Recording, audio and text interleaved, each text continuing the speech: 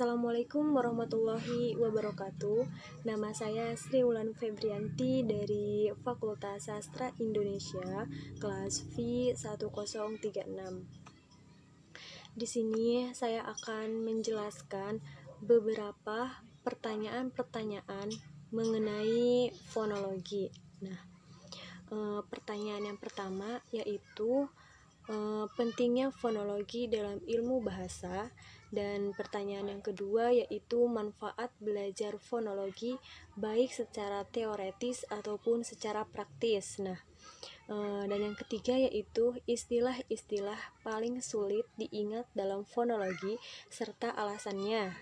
Dan yang keempat atau yang terakhir yaitu hal-hal penting apa saja yang perlu dipahami dalam fonologi.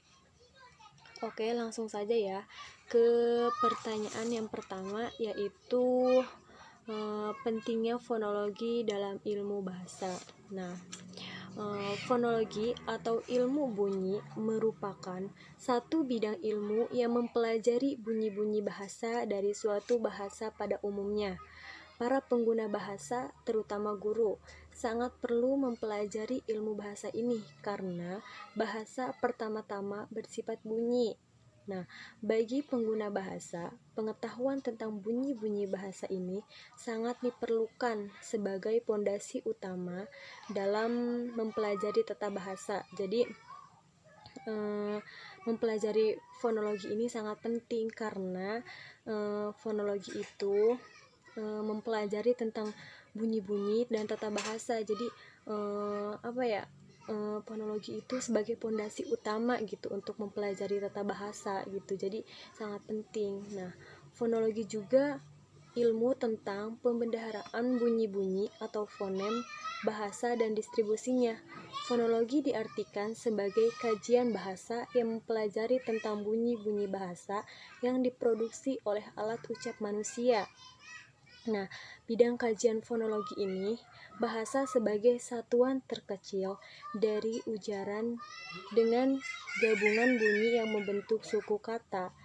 Jadi, fonologi juga cabang ilmu bahasa yang mengkaji bunyi-bunyi bahasa atau proses pembentukan dan perubahannya. Fonologi merupakan bidang khusus dalam linguistik yang mengamati bunyi-bunyi suatu bahasa sesuai fungsinya untuk membedakan makna leksikal dalam suatu bahasa.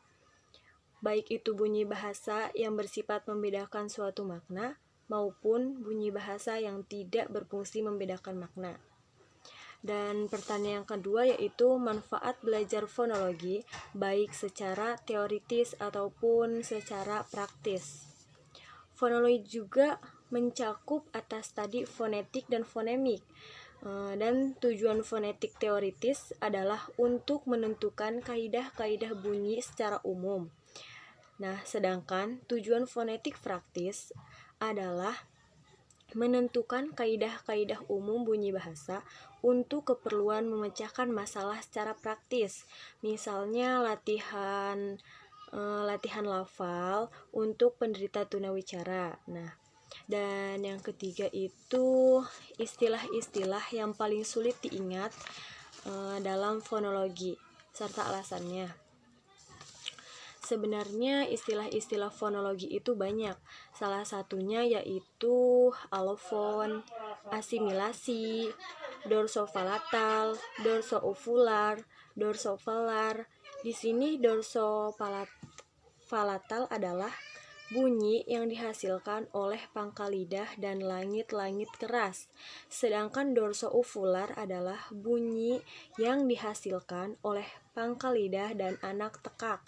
Dan yang ketiga yaitu dorsopelar adalah pangkal bunyi yang dihasilkan oleh pangkal lidah dan langit-langit lunak. Nah, dan soal yang terakhir yaitu hal-hal apa saja yang perlu diketahui atau dipahami dalam fonologi.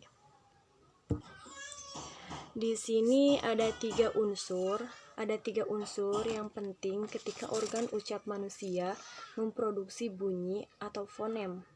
Nah, yang pertama itu adalah udara. Udara di sini berfungsi sebagai penghantar bunyi penghantar bunyi, dan artikulator berfungsi bagian alat ucap yang bergerak. Sedangkan titik artikulasi adalah bagian alat ucap yang menjadi titik sentuh artikulator. Nah, selain itu juga istilah lain yang berkaitan dengan fonologi antara lain ada fona, fonem, vokal, konsonan. Nah, fona di sini adalah bunyi ujaran yang bersifat netral atau masih belum terbukti membedakan arti, sedangkan fonem itu satuan bunyi ujaran terkecil yang membedakan arti. Nah, kalau variasi fonem karena pengaruh lingkungan yang dimasuki disebut alofon. Gambar atau lambang fonem dinamakan huruf. Vokal di sini adalah fonem yang dihasilkan dengan menggerakkan udara keluar tanpa rintangan. Dalam bahasa, khususnya bahasa Indonesia, terdapat huruf vokal. Huruf vokal itu merupakan huruf-huruf yang terdiri tunggal dan menghasilkan bunyi sendiri. Huruf vokal terdiri dari A, I, U, E, O. Huruf vokal sering disebut dengan huruf hidup. Nah, kalau konsonan adalah fonem yang dihasilkan dengan menggerakkan udara keluar dengan rintangan. Dalam hal ini, yang dimaksud dengan rintangan adalah terhambatnya udara keluar oleh adanya gerakan atau perubahan posisi artikulator. Terdapat pula istilah huruf konsonan, yaitu huruf-huruf yang tidak dapat berdiri tunggal dan membutuhkan keberadaan huruf vokal untuk menghasilkan bunyi ya. Jadi untuk menghasilkan bunyi itu dia tuh butuh huruf vokal, yaitu A, I, U, E, O. Huruf konsonan terdiri atas B, C, D, F, G, H, L, J, K, L, M, N, P, Q, R, S, T, V, W, X, Y, dan Z. Huruf konsonan sering pula disebut dengan huruf mati ya. Kalau tadi huruf vokal itu sering disebut dengan huruf hidup, sedangkan huruf konsonan itu sering disebut dengan huruf mati. Mungkin cuma sedikit yang bisa saya sampaikan dan yang saya ketahui, kurang lebihnya saya mohon maaf. Wassalamualaikum warahmatullahi wabarakatuh.